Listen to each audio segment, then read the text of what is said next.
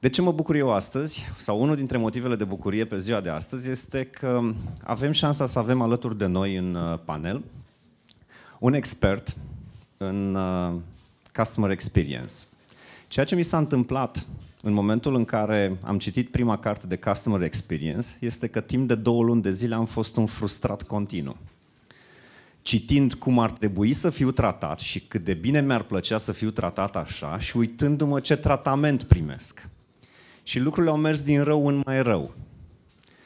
Gillian, the challenge I would address to you is how can I avoid such a frustration knowing how well I should be treated and how worse I'm really are. Before that, allow me to give you this bucket of flowers. Thank you so much. That's very kind. Thank you. And I would like to say just 2 words more about you. În afară de faptul că este... That's more than 2.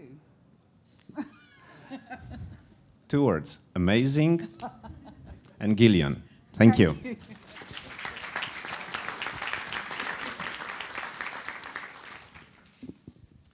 Okay, good morning.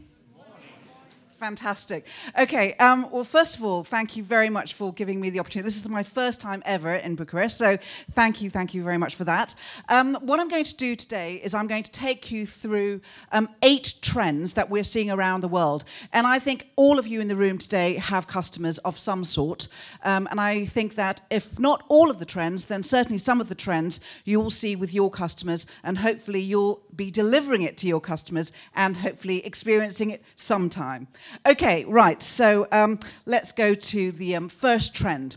Customers today, we all want to see imagination everywhere. We want organizations to fire our imagination. Of course, the best example of this is obviously Apple. What Apple does is Apple helps us to imagine how our lives could be better with their products. And the genius of Apple is that before we bought their products, we never knew we needed them. And then after we have them, we can't imagine life without them. And that is why Apple is so good at firing our imagination. Another example of a company who does this, love them or hate them, what happens? You know, you go to IKEA to buy a light bulb and you walk through a bedroom, a kitchen, a living room, and suddenly you look at the way the light shines on the sofa, the way the pillow is on the bed. And you think, I need that, and I need that, and I need that. Because suddenly you're imagining how your home can be better. And that's why imagination is so important.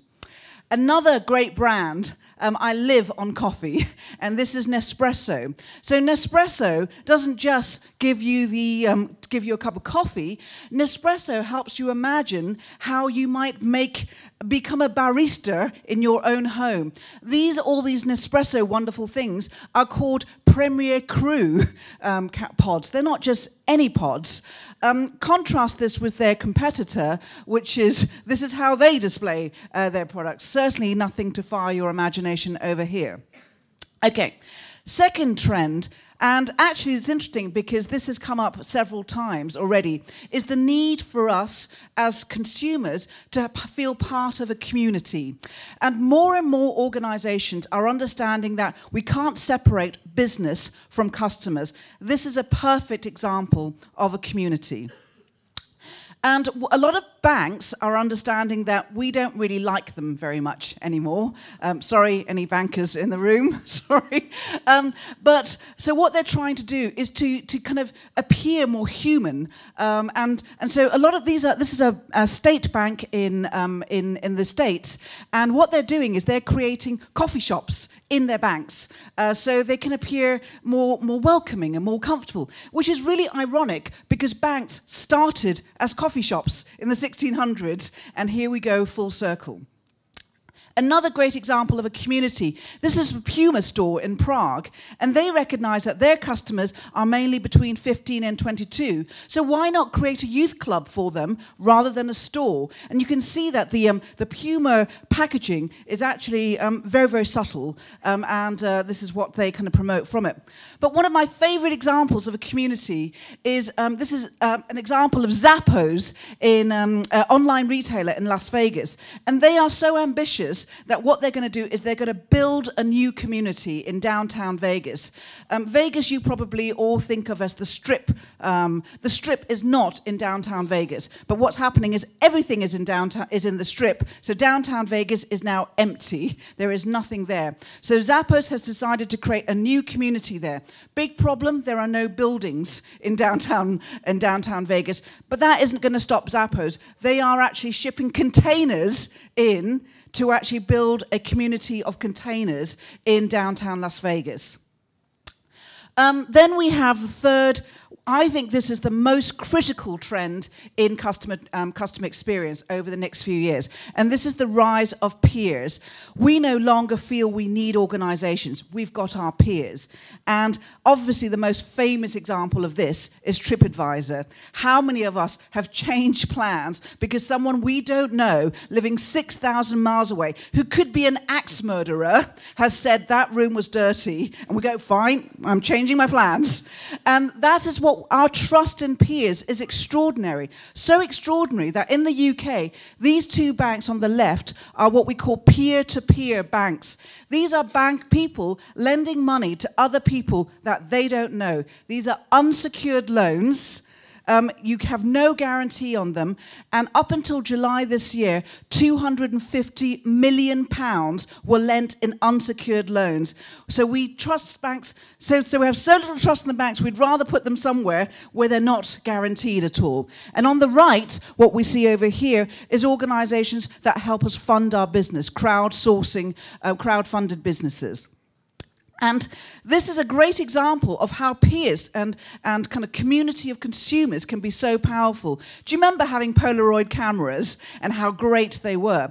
Polaroid stopped operating in 2010, but their consumers loved Polaroid so much that a group of them kept the last Polaroid plant alive so that they could actually manufacture their own Polaroid film, and they do this. Now, what's amazing is just this September, this community of peers, this Polaroid consumers, have developed a new product where you can use your iPhone to take Polaroid films, and it's actually made by a Polaroid camera, funded by, obviously, crowd-funded sourcing. So this just shows you how all of these different dynamics are meeting together. So we have the fourth key trend, co-creation. We're seeing this everywhere. One example of this, for example, is when organizations ask customers to create something either with them or on their behalf. An example of this is KLM, who recently wanted to change their packaging for their sandwiches. So they said to their passengers, anyone have any great ideas? Someone came up with some. Then they asked their customers, which ones do you like the most? And they chose this one. Another example of co-creation is this is across multi-channel. This is a television program in the UK called Home of the Future. It's a reality television program. A family went and lived in what could be the home of the future, and then all the viewers were invited to co-create. What should it look like? They were asked to co-create on Facebook, on Twitter, and various other places, so we could collectively design the home of the future together. But this is my favorite example of co-creation. Okay, this was a 3.5-year-old girl who went to Sainsbury's, who is one of the largest supermarket chains in the UK. She bought this bread on the right, which is called in the UK tiger bread. And she thought, that's really strange. It doesn't look like a tiger, it looks like a giraffe. Right, so she wrote to Sainsbury's and says, I think this looks like giraffe bread, not tiger bread. So Sainsbury's, one of the managers at Sainsbury's wrote back and said, you're right, it does look like giraffe bread. You're really smart, our bakers are really stupid, but this is what's fantastic. I went to my local Sainsbury's a couple of weeks ago, and look at this. Sainsbury's giraffe bread, previously called tiger. This is based on a 3.5-year-old consumer, and this is what co-creation really is about. When people write in, not only do they send them a voucher, they do something about that. That is amazing. Okay, so the sixth trend is newism. We love things that are new. The challenge is we want them new all the time. A few months ago, earlier this year, The big rage was draw something. 50 million users in 50 days. It took Facebook 3.5 years to get that many users. But what happened is that after using it for a bit, we all thought, that's a bit boring. It never changes. So then in 3 weeks, they lost 15 million users after they sold the business, though. So they're okay.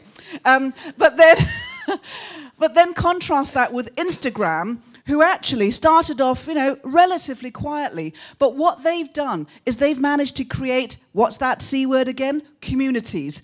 And they've managed to create communities of photographers, most famously with National Geographic photographers, who post these amazing photos and things and share them all around the world through Instagram. They have grown their daily usage by 10 times since April this year. Okay, so then we have technology. Obviously, how could I be in an environment like this and not say that technology is a key trend? Obviously it is. And so we're going to be used to using our phones as smart wallets and all of those things. The danger is that soon almost all of our experiences are going to be self-service, which is great because it's going to be fast for us and we're going to find it efficient. But the challenge is that if we see a human, that human better be better than a machine at service. And that is the big problem, is that our humans are not better than machines. But humans in service today need to be problem solvers. They need to be complaint handlers. Otherwise, why not have a machine? So we need humanity back in customer experience. Okay, and then last two trends, my favorite two trends. Number one is the importance of storytelling. Because technology is such a big part of our life, we also want a bit of warmth and stories. We help to, we work with Miele to help differentiate their products, which are essentially big white things, washing machines or whatever it is. And we said, tell us a story that we can use for their customers. Did you know that if you wash a rose, a fresh rose, in a Miele washing machine, it will come out as fresh as it was when you put it in. It will be completely undamaged. So we said to Miele, make sure that all your dealers display a rose. Don't tell them what the story is. Ask customers to say, why have you got a rose on your washing machine? And then tell them that story. This is a great story from British Airways. We redesigned BA's first class experience on board. And we asked them for great stories that we could share with their crew, who could then tell their customers. And this is a great story. British Airways seat is made of leather. That's not a big story. Don't get excited about that. But their leather is hand-stitched by Connolly. Those of you who are in the know will know that Connolly are also the people who make Aston Martin cars. So suddenly we've got the word hand-stitched, we've got Connolly, we've got Aston Martin, and by the way, that makes me think of James Bond. So we're associating all of these things with first class now. The other great thing is that all of this leather comes from Scandinavia. Why does the leather come from Scandinavia? Because there is no barbed wire fence in Scandinavia, which means the leather is never damaged. That is what a first class experience is all about, not a 72-inch chair. Okay, and finally, we end with kindness, of course. And the great organizations today, what they do is they show a little bit of random acts of kindness, 2 final examples of kindness to bring a smile in to end this session. Number one, this is with Virgin Atlantic on Virgin America last year with Banana Republic. And on one flight, 4 days before Christmas, what they did was they loaded lots of red boxes onto a carousel, and everyone who arrived got a red Christmas gift completely unsuspected, and said, doesn't matter if you're naughty or nice, this is a gift from Virgin America, Merry Christmas. And this final one, this is RAC, which is if you break down on a motorway, this is someone who helps you kind of recover. And this example was based on a 7-month-old pregnant woman, and she rang up and she was stuck on the motorway. Her car had broken down, and she rang up RAC and said, oh my God, my car's broken down, da, da, da. And she said, I'm pregnant, and she was full of hormones. I can say that because I'm a woman. She was full of hormones, and she's crying and stuff. And then she said, and then to top it all, it's my birthday. So she was really, really unhappy. So anyway, so the call center rang up, not this man, but a man that looked just like this. And they rang him up and they said, okay, can you go and pick this woman up, blah, blah, blah, blah. This is what her car is. This is what's wrong with her car. And by the way, you need to know, A, she's very hormonal. B, she's pregnant. And C, it's her birthday, right? So she told all of these things. Anyway, so this wonderful RAC man goes along, and what he does is he stops via a shop. I'm not kidding. He buys a bunch of flowers, and then he gets to the car, and he says, "Madam, I'm here to help. And by the way, happy birthday." I think she named her child RAC. Anyway, so all I wanted to say is thank you very much. And may you have fantastic customer experiences. Thank you.